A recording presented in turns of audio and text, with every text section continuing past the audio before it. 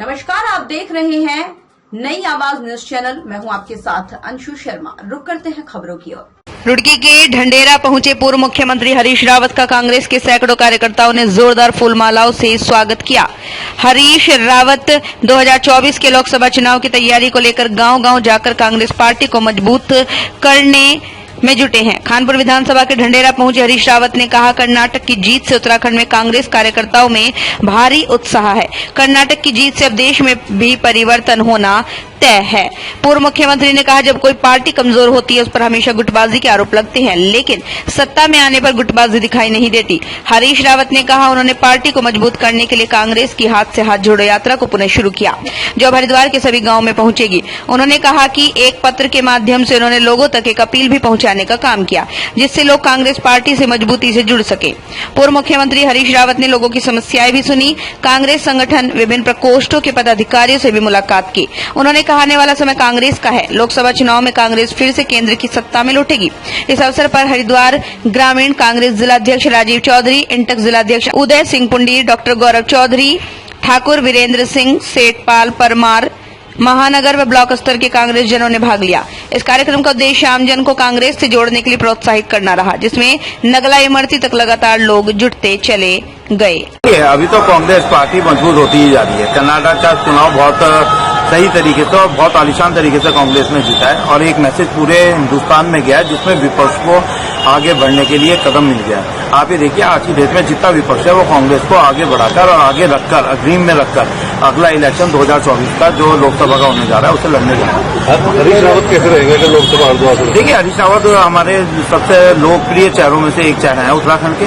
अगर वो यहाँ पे लड़ते हैं, पहले भी वो लड़ चुके हैं, पहले भी जीत चुके हैं हरिद्वार लोकसभा को, तो हम उनका स्वागत करेंगे, हम उनके साथ हैं। और जितने भी कांग्रेस के जन है यहाँ के, वो एक सुर में हरीश रावत जी, जो भी कांग्रेस पार्टी जिस वो भी यहाँ से टिकट देगी और लोकसभा लगाएगी, हम उसके साथ हैं। कोई दूसरा चेहरा भी है कांग्रेस में? देखिए, कांग्रेस के पास चेहरे ही चेहरे हैं, लेकिन ये तो कांग्रेस तय करेगी कि उस वक्त वो हरीश रावत जी के अलावा किसी और चेहरे को लड़ाना पसंद करेगी। चेहरे तो हमारे यहाँ बहुत हैं। जैसे कि नाम बता दो। देखिए, चेहरों में बहुत सारे नाम हैं। चेहरों में हमारे भगत सिंह रावत भी हैं, चेहरे में हमारे पे उदय पुंडी जी, इन तक के इतने बड़े नेता हैं। आपके लोग यहाँ के विधानसभा के आपके लोकप्रिय नेताओं में से एक हैं, तो कौन मना कर सकता है? अगर हमारे उदय भाई को मिलेगा तो हम उदय भाई को लड़ाएंगे अपनी लोकसभा को।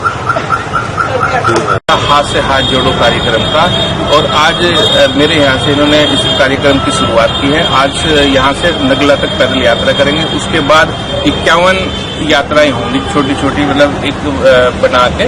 तो ये कांग्रेस को जोड़ने का एक प्रयास है रावत जी का। आपने देखा होगा पिछली बार कई बार जो चुनाव हुए उनमें जो हार मिली है, तो अपने कार्यकर्ताओं को इकट्ठा करने के लिए, लोगों को मजबूत जोड़ने के लिए जो है ये यात्रा 2024 की तैयारी है। बिल्कुल।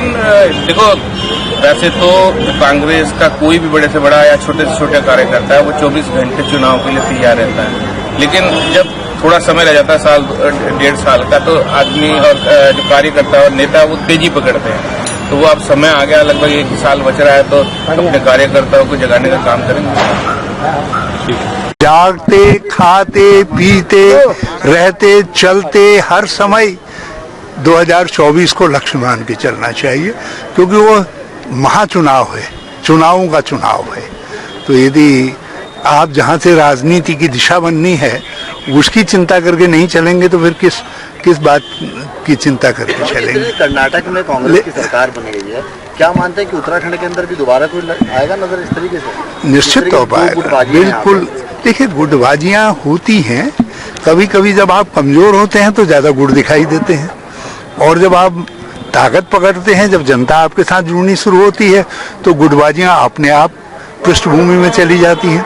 तो हमने इसीलिए, और ये जो कार्यक्रम है, इस कार्यक्रम का कोई ताल्लुक जो है ऐसा नहीं है कि कोई मास हम मूवमेंट कर रहे हैं। ये 51 जगह मैं इस राज्य में कांग्रेस के साथ पिछले 55-56 साल से काम कर रहा हूँ। कांग्रेस ने बहुत सारी चीज़ें मुझे दी, यहाँ तक बढ़ाया।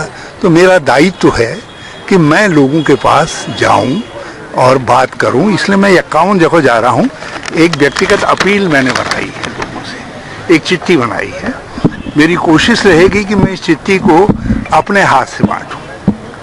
और अब हरिद्वार तो हरिद्वार है, तो हमारे साथियों का जोश है, मैं उनका बहुत आभारी हूं।